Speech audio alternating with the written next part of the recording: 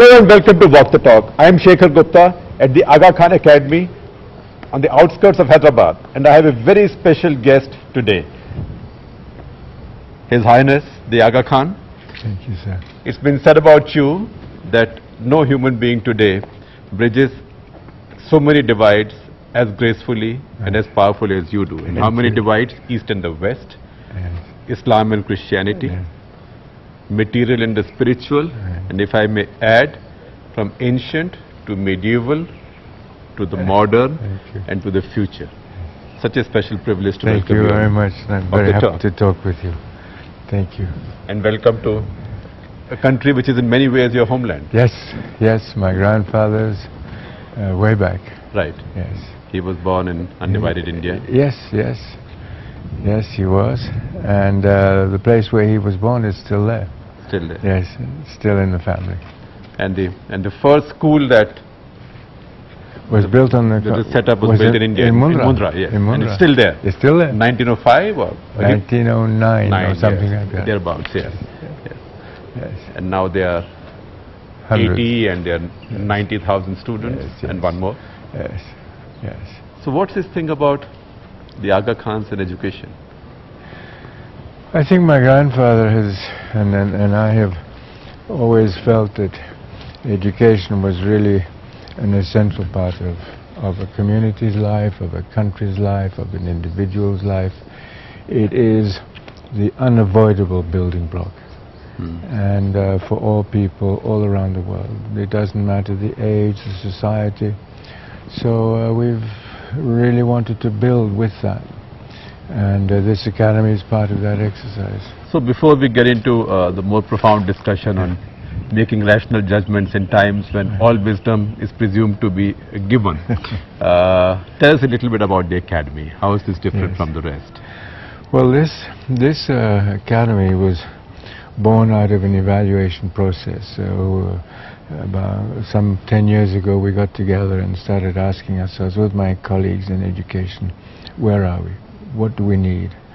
And we came to the conclusion that there were a number of countries where secondary education was a critical issue.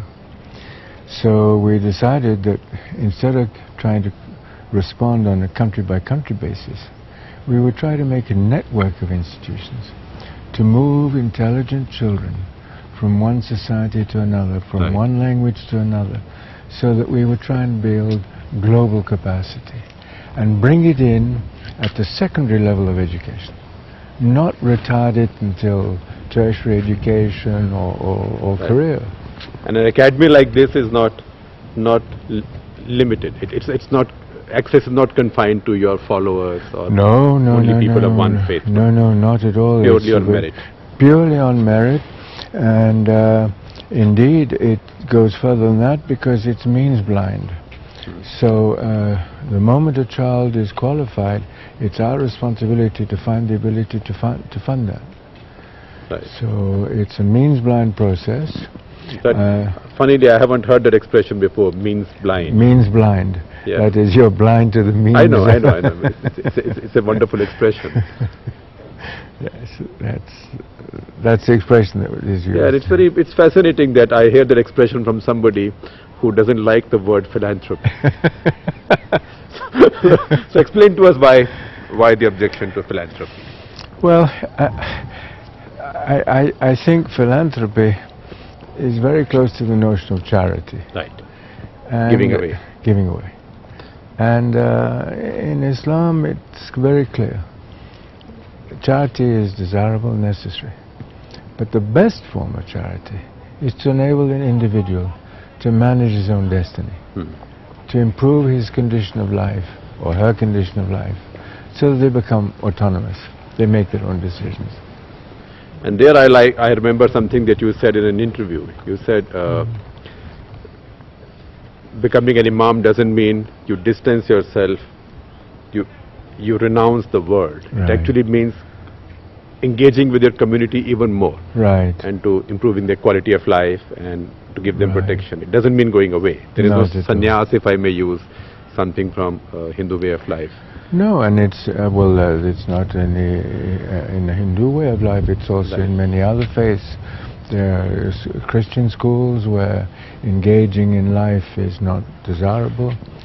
In Islam, that doesn't exist. It's the contrary, actually. Right. Imams are responsible for the security of their community, for the quality of life of their community. They must engage, but they have to engage ethically.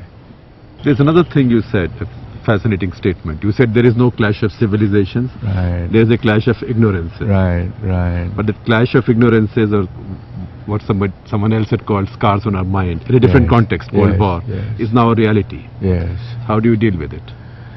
Well, I've asked myself that question so many times, and actually since 1957. And That's since you became since I became the Imam. At a very young age. And yes, and I have used all the methods I thought I had to try and help bridge civilizations rather than have them continue to look at each other in ignorance and discover each other in conflict and all the rest. Right. So it's been an important part of my life, but I'm one individual. And if I can be, if I can take a little chance and be sort of indiscreet, in a way, the Islamic world knocked at the doors of the Western world in the form of those planes slamming into the buildings. And Yes. I'm oversimplifying. Well, I think it would be difficult to associate what we call the Ummah, the totality of the Muslim world, with that. Right. I don't think that would be right. But that stereotype did get built. That stereotype did get built, without doubt, without doubt. But I don't think you can attribute that to the totality of the Ummah. That's Right. simply not correct. Right. So the stereotype itself is massively incorrect. Right. Which then raises another question. What is the nation, what is the form of communication we're living in? Right. How can miscommunication be as acute as it's been? So, has your life changed and your role since 2001, since this happened? Yes, of course. Of course. We are trying to understand the polarizations that are occurring in our world, in the industrialized world. We are seeing that the industrialized world is no longer the industrialized world as it was 10 years ago, 15 years ago. We're seeing major powers come up on the radar screen. We're seeing intermediate powers playing a new role, including India. So there's a whole process of global change now. So what do you tell your friends in the Western world about their new stereotypes of Islam, and what do you tell your Muslim brothers and sisters and followers about their stereotypes of the Western world? Well, I would start by asking a very simple question. In 2013, what is the definition of an educated person? What is the knowledge that that person should have, and how is that person going to use it? And the knowledge that that person requires, in my view, is more and more understanding the world, not understanding little parts of it. And I think that understanding the world is a massively complex goal, but I think that we've got to admit that that's what's necessary. It's unavoidable. Because we are more of one world than ever before.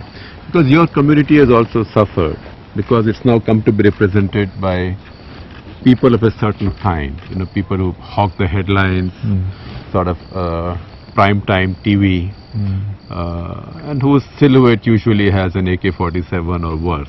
I mean, how do you deal with that? I mean, and what have they, and how much damage have they done to your community? I don't think the community is seen as a community that is in any way engaged in this sort of concept. Because a Muslim passport at a Western airport. I mean, again, I'm again using a stustereotype, but it's the reality. Right, right. Well, I'm not sure that is really true of all Muslims. I think there are certain areas of the Muslim world which are more, let's say, questioned than others. But I don't think that's universal. Really not. And, you know, that's happened in other faiths, let's be quite clear. Look at the Middle East. Egypt, with which Ismailis have such an old relationship. Right, right. Where does Egypt stand now? Well, I think what we're... And then next door, Syria. This is, well, first of all, Egypt. I tend to think, and this is a personal view, that what we're beginning to see in the Ummah in these unstable situations is the manifestation of civil society. I think we're seeing civil society expressing itself. It's expressing itself in different ways, in different countries, but essentially it is the forces of civil society. They are saying, we want an environment in which we can live freely.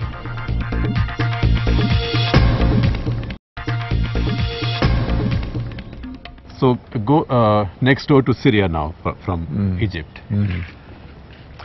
Well, Syria is, you know, is a really crisis situation for so many communities. I mean, let's first of all recognize the fact that Syria is an immensely complex social product, or civil product, if you want. And it's been like that for centuries. It's not new. Right. And so you have Christians, you have Muslims, you have Jews, different tribes. Different tribes, you have the Druze, you have a very complex demographic makeup, first of all. And very complex neighbors. Very, yes. Very complex neighborhood. Very complex neighbors.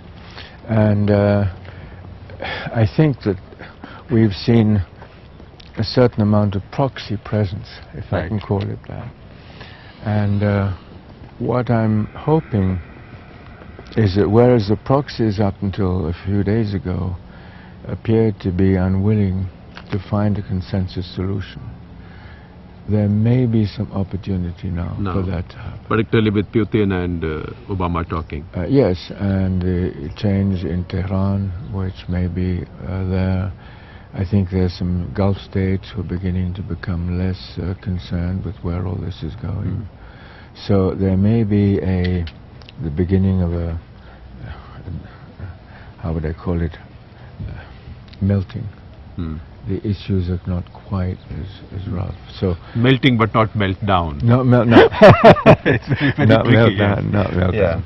So I'm saying to myself, maybe we have an opportunity here not only to solve the Syrian situation, but to do more than that. I like to be optimistic. And then come closer home to us, Pakistan. Yes. You know, you have such a wide network of activity there. Yes. And it's the one country where the Shia-Sunni conflict today is most pronounced. Yes. Well, no, I wouldn't say it's the targeting of Shias is most pronounced, let me put it like that. Yes. Because at an ordinary level, frankly, I travel to Pakistan, I find no problem. Right. The Pakistani army itself Well, these hasn't had a problem. These tensions are much more omnipresent in the Ummah than just Pakistan, frankly. If you look at Bahrain, you look at Iraq, it's far from being restricted to Syria. So this tension is a tension of great concern to me. And I hope that as the Syrian issue, if it does get resolved the way it's going, will also reduce the tension in that relationship also. Because it's unacceptable to me, frankly. It's quite simply unacceptable.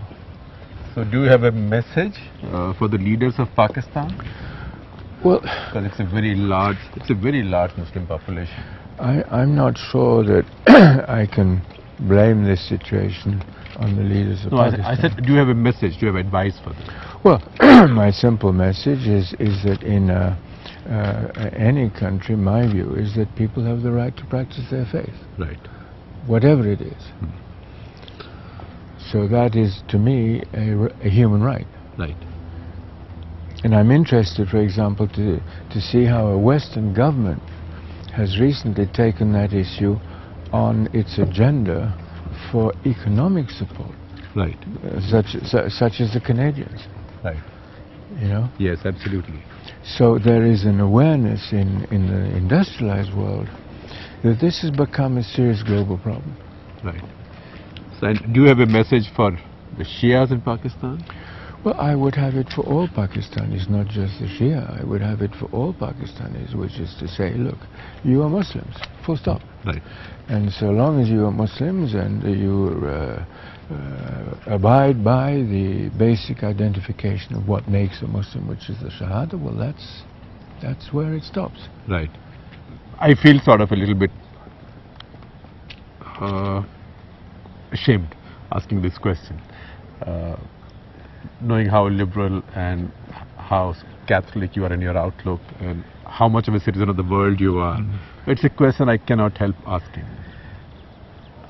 Why do we find that the angriest Muslims in the world live in come from Pakistan? Not all Pakistani Muslims, but still, if you look at the record of angry Muslims discovered around the world post 9/11, even before that, how come so many of them come from Pakistan, whereas Iraq was invaded, Afghanistan was occupied, continues to be so in many ways. Palestinians have a grievance, but the angriest Muslims are in Pakistan. I wouldn't agree with that. I wouldn't agree with that. I think there's anger that is in many, many Muslim countries today, because I think the Ummah feels targeted, and targeted essentially for 9/11. Right. And the Ummah, as a body of millions and millions of people around the world, had nothing to do with that. So I don't think that comment is, if I may say so, is fair. No, you. I mean, it's wonderful if you disagree with that. Because it's easy to agree with those formulations these days. Yes, but in my view, that's really not the case. So I'm happy if you agree with me, but I'm happier if you don't agree with me, because it's a better story, frankly. Yes. Because then we get into an argument. No, I don't. An intellectual argument. I don't think that's correct. I don't think that's correct. And you know, I would go further and I would say many of the conflicts we see today have got nothing to do with faith. Right. They are the children of political mismanagement or worse. Or frankly, lack of intellect and or lack questioning. of intellect. The driving background in many of these situations is political. But then what happens is that there's a faith dimension which is attached to it. Right. But it's not born. It comes sort of handy. It comes handy. Yes, You can mobilize more people, you can argue the case differently. If I may use a sort of shortcut, it's a force multiplier. Yes. Or a fuel. Yes. So I tend to stand back and say, if I really analyze these situations, were they issues of faith? No. They were generally political issues. And you can take most of the issues that are there today and you can track them back to a political dimension. Right. As in Afghanistan. And I have, before we get into Afghanistan, I have to say, how grateful people like me are that you built this wonderful hotel in Kabul. Thank you. I used to cover the war when the good jihad was on in the past. And I remember Hotel Kabul as it used to be in the past. It was just a Stalinist structure, and the only reassuring thing about it was that its walls were so thick that you thought a bomb will not come through it. And I think the menu was roast chicken at lunch and chicken roast at anything we could breed in the basement. Well, no, I think this joke was that one of Najibullah's cuts lost its way and hit a poultry farm. And until they finished that inventory, that's all we would get. But now you built that great hotel, and what that makes sure of is that people other than soldiers, spies, and journalists and crooks and arms dealers visit Kabul. Yes. Well, I remember very well, very early on, Karzai came to me and he said, look, I cannot even attempt to rebuild Afghanistan unless I have a place for people to stay. Right. Please help us to put in place something. And that came to Serena. And that came to Serena. As in Islamabad, Peshawar. part of reconstruction is bringing different forces to come into the country and play their role. Right. And you be the enabler. Well, he asked whether we would do it, and I said yes, we would do it. So. Because when politics hurts, you need Yes. the apolitical touch. And there comes our favorite Imam. Well, you're very kind to say that, but it was, to us, it was a contribution to reconstruction, Right. you know. And I know that, you like to reconstruct and build things which then become self-sustaining. That's right. That's right. That's right. I mean, part of our institutional, let's say, philosophy is to carry risk. Right. We can't do our work if we don't carry risk. But what we try to avoid is that the risk becomes so severe Right. that we jeopardize the future of an institution. Right. Or goes into the realm of gambling.